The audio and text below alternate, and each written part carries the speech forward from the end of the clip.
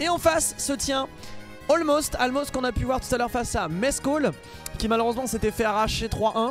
À la suite, Almost il va jouer tous les personnages du cast, hein. Il avait commencé par Joker, il est passé par Sephiroth. Et là on va directement pour quelqu'un qui se bat pour ses amis. Il y a un déséquilibre dans son Smash Bros ces derniers jours, il me l'avait expliqué. Moi c'est un gars qui m'a un peu réconcilié avec des persos top tier que j'ai testé. Et donc c'est un peu un plaisir de le voir jouer un petit peu tout, donner de la lumière à ces différents personnages. Mais là on a... Ok mec.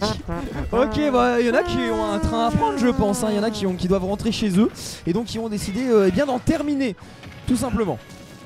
Eh bien Niro Zmsken il est venu là en mode je viens en province tranquillement donner du buzz à des gens qui le méritent. Monsieur Niro, viens en paix. Oui, bah il se fait attraper par un Kirby et là bon le high side extraordinaire. En tout cas on est sur Smash Vilu, toujours avec le Pikachu de Niros. Notez que tout à l'heure on a pu avoir son Greninja. Il était pas mal du tout d'ailleurs. Il était tout à fait convaincant. Il a pas fait l'erreur de sortir Palutena contre Nate Pixel. Parce que ça aurait été une catastrophe sans nom. Et donc là face à un Ike, Ike Pikachu, je crois que je ne l'ai jamais vu. J'ai jamais vu ce match-up. Oh ça a dû exister au début du jeu avec MKLeo Issam, je pense une bêtise comme ça, mais sinon c'est vrai ça. Parce que MKLeo pour ceux qui n'étaient pas là au début du jeu mais jouait totalement Ike. Et il avait gagné moult tournois avec, notamment parce que MKLeo, hein, vous connaissez. Est-ce que tu te rappelles c'est quoi le tout premier personnage qu'il a joué en compétition sur Ultimate alors que le jeu était pas encore sorti? Je l'ai, c'était Sonic. Ouais mec, Sonic, bien joué. Bien joué. Bien sûr, tu m'as pris pour qui? Ah bah j'avais toute ma confiance, c'est pour ça. Je voulais pas te mettre dans de beaux draps. En tout cas là celui qui est en de beaux draps, bah, c'est Ike, hein, 167% clairement à kill % face à ce Pikachu. On pourrait aller choper l'edge guard. Je vous rappelle que les blast zones sur Smashville sont particulièrement rapprochées au niveau des côtés. Les blast zones latérales donc, et donc on a une facilité à tuer sur les côtés. Donc un Pikachu qui va t'emmener un peu en l'air avec un back air, un deuxième back air. Bon à l'occurrence avec Ike qui frappe tes forces ça fonctionne aussi. C'est vrai que bon bah écoutez, ouf ça va faire mal. Aïe 16% même plus pas. Avantage positionnel, il retente le high side. Rien à voir, virgule, rien à foutre, donc rien à voir. Et a priori un Niros qui arrive à rétablir un peu l'équilibre dans la force. Mais c'est Ike, et Ike il a besoin de 3 touches. 3 touches effectivement. Toucher 3 fois et 3 touches pour toucher en effet ça. Allez up air, on reprend l'avantage positionnel. Qu'est-ce qu'on peut proposer? On les frappe un petit jolt. On a forcément ce FB qui veille au grain, qui menace le Pikachu, qui le met un petit peu en respect. On a bien chopé ce side B malgré le faible pourcentage de lag qu'il met au landing. Et donc là on a un Heroes qui a beaucoup plus la possibilité de s'exprimer que face au Kirby. Mais malheureusement on va se suicider là-dessus. La SD. Let the dog out there. JP, my man. Ah le jeu là, ouais. Bon là j'y pense ici qui malheureusement bon ça fait 2 fois que là on se comprend pas. Almost qui va pour un high side qui gagne. Bon, ce qu'il y a de bien c'est qu'Almost il passe un très bon moment. Ça se voit. Il passe un excellent moment. Il n'y a rien de plus terrifiant qu'un compétiteur qui s'amuse. C'est vrai. Quand le mec s'amuse sur toi, il y a un problème. Moi je suis pas bien à ce moment-là. Vous tapez Sonic Fox Perfect Legend sur YouTube, vous allez comprendre de quoi je parle. Ouais, le souvenir débloqué. Bien sûr, un FT10 incroyable où le mec refuse le FT10, il dit viens on rejoue un BO3, il repère, il dit viens on rejoue, l'autre il dit on arrête. C'est une dinguerie. Non, effectivement, on en a un peu comme ça dans nos contrées là, un certain Baggy qui quand il éclate de rire et qu'il est en match, bah toi tu commences à pleurer très très fort. Donc c'est un petit peu la sensation que j'ai eu ici. On a intercepté ce FB de Ike une fois de plus à grand coup de up air, à grand coup de queue de fer de la part du joueur de BMS Niroz. T-Jolt qui n'a pas été intercepté justement. Ouais. Bon alors le problème du T-Jolt ici j'ai l'impression c'est que en fait tu laisses Ike passer dans l'angle mort et quand il passe dans l'angle mort c'est là où en fait il a juste à swing, il te tartine, il a pas besoin de grand chose. Même quand ça s'écrase en shield, il a gagné dans l'échange parce qu'en fait il est encore plus proche de toi qu'avant. Et même s'il est pas vigilant, même si Niroz est pas vigilant au moment du placement de Ike, au moment où il lance le T-Jolt, et bien il peut clank le T-Jolt et taper avec l'épée directement le Pikachu derrière. Donc effectivement je pense que Niroz doit être beaucoup plus vigilant quant à sa gestion de ses projectiles qu'il affectionne tant. Exactement. Bon bah c'est le roi du projectile a priori notre ami Niroz, il t'envoie des trucs à la tronche. et il attend que tu rétorques. Ce serait carrément magnifique, le brave Niroz. Et il est en mode, bah, je suis pas d'accord en fait. Tu ne rétorques que dalle parce que je suis déjà loin. Je suis déjà excessivement loin. On avait bien bait, c'est dommage. On a le upper. C'est pas grave, qu'à cela ne tienne. On change de conversion, on passe la 4ème et on prend 7 stocks au upper du côté d'Almos qui s'impose face à un Niroz qui, je vous rappelle, a perdu la première game. Donc Niroz, il faut pas non plus trop qu'il s'endort malgré le fait qu'il soit sur son main. Hein. Eh mais le tweet que je vais faire si c'est un high qui gagne. Et le tweet, mon frère. Je vais faire un tweet. Eh mais activez bien la cloche sur Twitter. Activez bien la cloche. Bourrez les signés parce que s'il se passe ce que je crois qu'il va se passer, je vous jure, hein, personne viendra me parler. On va prendre 3 mois de chat. Machin, bidule, elle est mal et tout. Gros. L'interception up tilt, plutôt bien trouvé. On a bien dit du côté Niroz, on sera pas inquiété par se faire. On se fait balader à droite, à gauche. On va voir Ramsès, on va voir Cléopatra, on va voir tous les habitants de Smashville, les sœurs doigtefées. Et là, il en faut du doigté pour réussir à s'en sortir face à ce Ike qui ne veut pas mourir. Il veut pas crever. 180%, il se bat pour ses amis. Ah là par contre non. Ah il rate le champ, il a le non. Mais l'envie de décéder est tellement présente. Même moi je joue pas au jeu, j'ai envie de m'en aller. Et là c'est le sour spot. Mais donnez de la réussite à Niroz. Donnez-lui quelque chose, on s'en fout. Carrefour à l'aide. Putain Carrefour. Putain Carrefour merde. Allez encore une fois, encore un 40%, on inflige, on continue à gratouiller. On gratouille le fond du plat qu'on n'arrive pas à récurer. Et là c'est un problème. Le fer qui touche, qui tue. Enfin. Oh là là, mais c'est dur à voir, mon cher Antoine. Très grave. Écoute, bon pour l'instant voilà, Niroz qui n'a quand même pas donné son dernier mot. Voilà, ils disent what it is, mais c'est un joueur professionnel. Vous savez, il est certainement pas là pour se faire décontenancer, il est pas là pour se faire sortir de ses gonds. Et donc justement, même s'il a une stock derrière, même si c'est Pikachu, mine sa mort en 2 touches, ça va, il a l'habitude, il a vu pire que ça. Oui c'est vrai. Non et puis je pense que Niroz c'est un joueur aussi qui est reconnu justement pour son sang-froid. Son sang-froid, sa capacité à jouer, parce qu'il joue un Smash Bros qui nécessite justement ce certain sang-froid. Alors malgré un Almos qui continue à dérouler les ah là là là là. Upper, lélo. Et ça continue encore et encore. C'est que le début. D'accord, on prend des uppers et on perd cette deuxième game. Niroz BMS. Roger qui doit serrer son téléphone. Ah mais vraiment. Genre on n'en peut plus. Oh merde. On est fatigué.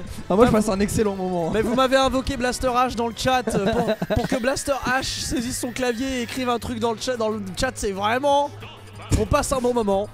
Bon Rayou, effectivement Almos qui joue 380 persos. Oh, il nous fatigue. Mais tu sais que c'est la première fois qu'il nous fait ce coup là par contre. Il nous fatigue. On a eu Aegis, ce joueur nazérien qui nous propose une Aegis de qualité et honnêtement honnête, bizarrement. Ah ouais vraiment, non mais c'est le seul perso qui a réussi à me réconcilier avec ce. C'est le seul joueur qui a réussi à me réconcier avec ce perso. Et bon en plus du fait que Almos soit un être humain exceptionnel. C'est vrai. Mais là ouais il a sorti ses filles, il a sorti qui en mode je me balade sur le roster comme je balade mon ennemi sur la comme je me balade mon ennemi sur la map, c'est terrible. Allez me balader. Oh non, il va se balader. me lance pas. On est sur PlayStation 2 alors.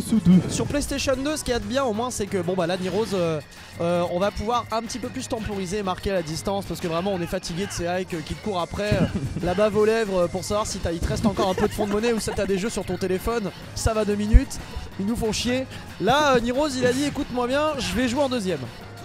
On va jouer en deuxième effectivement, peut-être même en troisième. On va laisser le temps et la patience passer, les dégâts, l'épée de Ike se heurter dans le vide avant de tenter quelconque chose. Mais bon au final c'est toujours Almost qui est en avantage hein.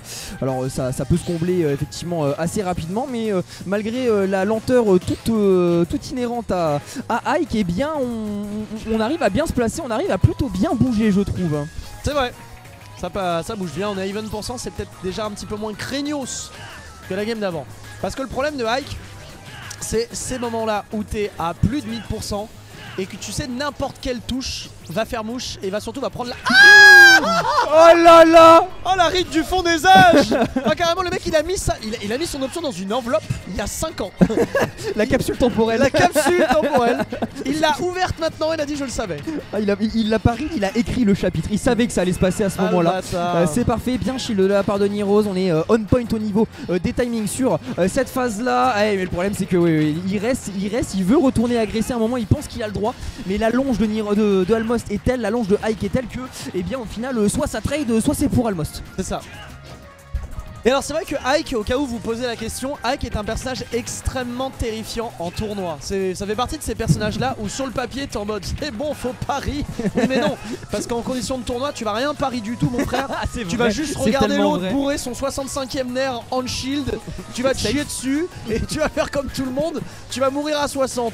Bon, j'en peux plus. Et bah oui mais c'est ça hein, tu vois, bon les mecs qui bourrent on shield alors tu dis il suffit juste de pari. Je rappelle que ça donne des carrières à des Mexicains qui s'appellent notamment Spargo hein, bon, ça donne des carrières à des gens comme ça. Putain mais t'es un gamin. Bon là il tue hein, quand même, voilà. Ouais quand même la Black Dance on connaît hein. Niroz nous a habitués. Donc au final comme tu l'as dit tout à l'heure c'est un peu plus even. Ce qu'il nous fallait c'était une plus grande route. C'est ça. Pour courir sur Ike. Voilà. Effectivement on a 450 chevaux mais une vitesse de pointe à 60 tandis que Pikachu est capable de livrer une vitesse de pointe un petit peu plus conséquente. Et là on arrive quand même malgré un bon jeu, un bon Smash Bros de Almost, et bien à prendre ce Ike de vitesse à l'aide de Pikachu. Mais par contre il faut faire des efforts quoi. C'est comme dans un bulletin scolaire tu vois, c'est bon trimestre mais les efforts doivent être accentués. On met les tableaux d'honneur. C'est ça. Mais pas encore les félicitations. Les encouragements. C'est ça qu'on fait maintenant. Pardon, oui. J'en ai mis. C'est vrai. Bah oui, malheureusement. L'appréciation que je viens de te donner, j'ai dû la coller un moment dans un bulletin. Hein, oh là là, bah ouais, oui, la touche, tu l'as dit. Et la prochaine touche qui fait mouche. La prochaine touche fera mal, hein. La prochaine touche en fait va tuer littéralement.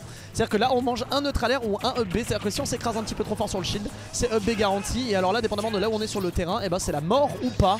Donc attention mix-up. Oh, il a quand même appuyé sur un bouton, mais Niroz avec les couilles en titane qui s'en fout de manger des EPR de Ike. Il dit on est plus rien à foutre. De toute façon au point où j'en suis, on s'est loupé. Ça aurait pu être un Macaire, c'était la fin des Ricals. Et donc du coup bah ça veut dire que c'est un Niroz qui certes vit encore un petit peu. Mais pour combien de temps? Pour combien de temps on ne le sait pas. On va revenir avec le side B, le up B, est-ce qu'il sera suffisant? Oui c'est bon, on arrive à snap le ledge. On a bourré encore une fois un up B, c'est bon, on arrive à resnap une fois de plus le ledge, y a pas de souci. La dash attack DI approximative hein, GeoGebra tu connais. On va réussir à s'en sortir sans trop de fracas. Mais il va falloir essayer de concrétiser cette stock et essayer de capitaliser. Parce que si Niroz prend l'avantage là, oh ça va être long. Oh là là, l'attaque, contre-attaque, matraquage compact, 154% ici. Oh, le monstre refuse de crever. Oh, et le Rage Effect, parce que oui, il y a un truc que je vous ai pas dit, c'est que Ike il scale énormément bien avec le Rage Effect. Il a pas le droit d'erreur ici, Niroz. Oh, la Dash Effect qui lui a frôlé le fiacounet. Incroyable d'échapper à si peu de la mort. Et derrière, quand même, on profite du up B sur la redescente pour aller chercher le F-Smash. Oh, Niroz qui passe devant pour la première fois de ce set. Et là, c'est pas l'heure de parler de compote. Quoique. Alors peut-être. Et allez Almost qui n'a pas dit son dernier mot, qui n'a pas mis sa dernière épée dans une face. Le petit rat électrique, je m'en fous que tu maîtrises une science que je ne connaisse pas. Oh ça touche